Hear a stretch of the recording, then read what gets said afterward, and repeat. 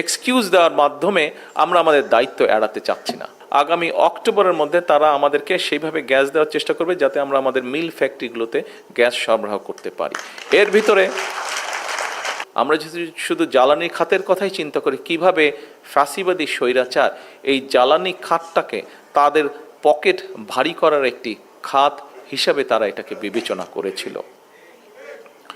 কাজেই স্বাভাবিকভাবেই এত বছরের লুটপাট করে যেই সেক্টরটিকে বিধ্বস্ত করে ফেলা হয়েছে, সেই সেক্টরটিকে যদি পুনর্গঠন করতে হয় কিছু তো অবশ্যই সময় প্রয়োজন।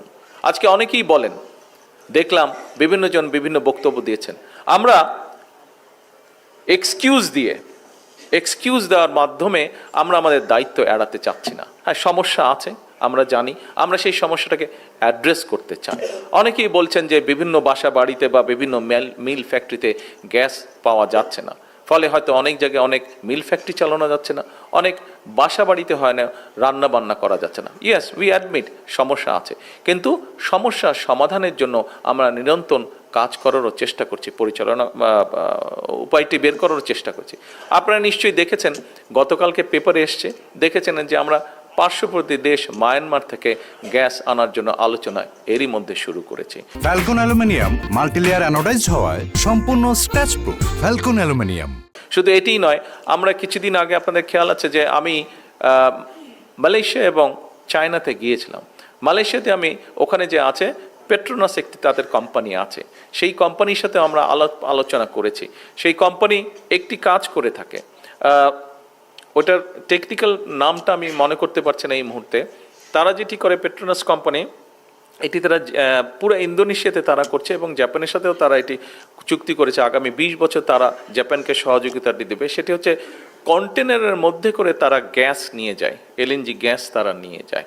আমরা তাদের সাথে কথা বলেছি এবং একটু সময় লাগার কারণে গত সপ্তাহে আমি নিজে প্রাইম মিনিস্টার আনোয়ার ইব্রাহিমের সাথে ফোনে কথা বলেছে যে উনি আমাদেরকে এই ব্যাপারে সহযোগিতা করতে পারেন কিনা, এবং উনি তখন আমাকে ফোনে বললেন যে আমি আগামীকাল কি তাদের সাথে কথা বলছি এবং আমরা দেখব কত দ্রুত বাংলাদেশকে কিভাবে সহযোগিতা করা যায়। গত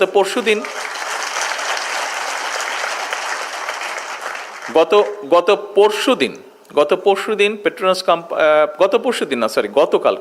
গতকাল সন্ধ্যার সময় পেট্রোনাস কোম্পানি, এখানে তো টুকু সাহেব আছেন বোধহয়, টুকু সাহেব আসেননি, গতকালকে সন্ধ্যার সময় তাদের সাথে জুম মিটিং ছিল এবং জুম মিটিংয়ে তারা মোটামুটিভাবে কথাবার্তা কমপ্লিট হয়েছে এবং তারা চেষ্টা করছে, যেহেতু তারা অলরেডি জাপানের সাথে 20 বছরের একটা কন্ট্রাক্ট করে ফেলেছে, কিন্তু তার ভিতর থেকেও তারা চেষ্টা করবে যত দ্রুত সম্ভব আগামী অক্টোবরের মধ্যে তারা আমাদেরকে সেইভাবে গ্যাস দেওয়ার চেষ্টা করবে যাতে আমরা আমাদের মিল ফ্যাক্টরিগুলোতে গ্যাস সরবরাহ করতে পারি।